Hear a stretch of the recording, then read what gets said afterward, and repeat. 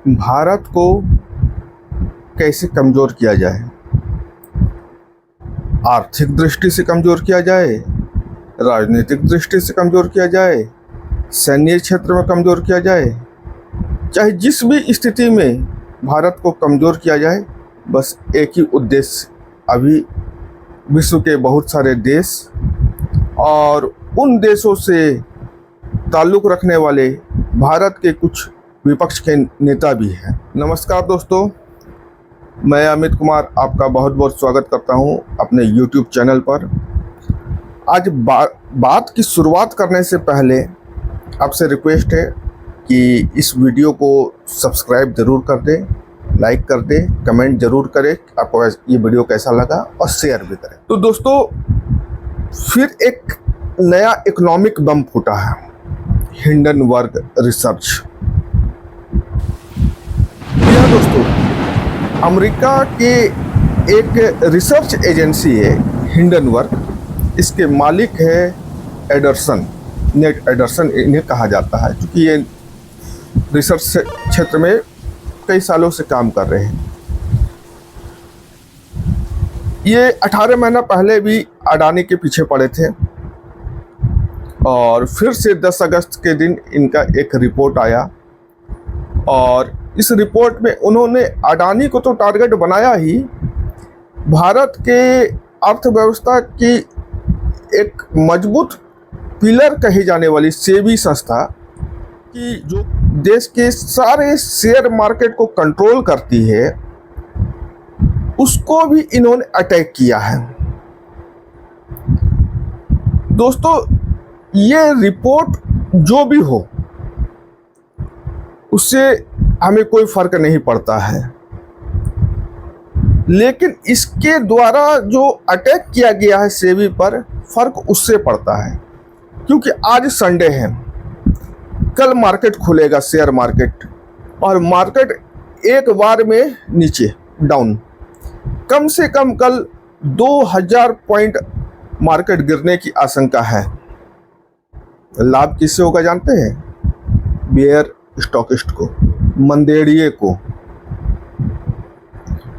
उस अडानी के शेयर को या उस बड़े बड़े कंपनी के शेयर को जो इस अटैक से प्रभावित हुआ है या निवेशकों के मन में डर आ गई है, वो अपने शेयर बेचेंगे, मार्केट गिरेगा और ये मंदेड़िए, ये बेयर उस शेयर को खरीदेंगे, क्योंकि इन्हें पता है कि आने वाले 6 महीना, 7 महीना, साल भर के अंदर ये शेयर इन्हें 150 से 200% प्रॉफिट देके जाएगी। दोस्तों, ये एक बहुत बड़ा इकोनॉमिक गेम है, क्योंकि भारत आज के समय में विश्व का 5वां सबसे बड़ा इकोनॉमिक कंट्री है। ये वर्ल्ड बैंक बोल रही है, मैं नहीं बोल रहा हूँ, रिपोर्ट आपके सामने है। तो जब वर्ल्ड बैंक 5वें नंबर की कंट्री बोल रही है, तो ऑटोमेटिक भारत का इकोनॉमिक ग्रोथ भी अच्छा होगा, भारत के शेयर मार्केट में मजबूती भी होगी, भारत हर क्षेत्र में उन्नति कर रहा है। तो अमेरिका, जो कि अभी बगल में बांग्लादेश को बर्बाद किया, अफगानिस्तान को बर्बाद किया, पाकिस्तान को बर्बाद किया, तो भारत को कैसे छोड़ेगा? अभी जो देश में चुनाव हुआ, उसमें अमेरिका के ही एक व्यक्ति जॉर्ज सोरोस ने बहुत प्रयास किया कि इस सरकार को हम हटा दें। जब वो सफल नहीं हुए तो किसी और तरीके से लगातार कनाडा के माध्यम से देश में जो है खालिस्तानी आतंकवाद को फैलाने का प्रयास किया जा रहा है। कभी किसान आंदोलन के रूप में, कभी छात्र आंदोलन के रूप में, कभी दलित आंदोलन के रूप में, कभी सैनिकों को भड़काने के रूप में देश को अस्थिर करने का प्रयास किया जा रहा है। जब इन सभी क्षेत्रों में देश को तोड़ने का प्रयास किया जा रहा है, तो ये लोग इकोनॉमिक सेक्टर को कैसे छोड़ेंगे? दोस्तों, मैं आपको दिखलाना चाहता हूं कि ये लोग किस तरह का जो है नौटंकीबाजी करते हैं। एक रिपोर्ट है ग्लोबल फाइनेंस का, आपको स्क्रीन पर लगा दिया जाता है। तो ये ग्लोबल फाइनेंस एक अमेरिका की कंपनी है जो जिसका अपना मैगजीन भी है। ये बताती है कि भारत 130वें नंबर का कंट्री है,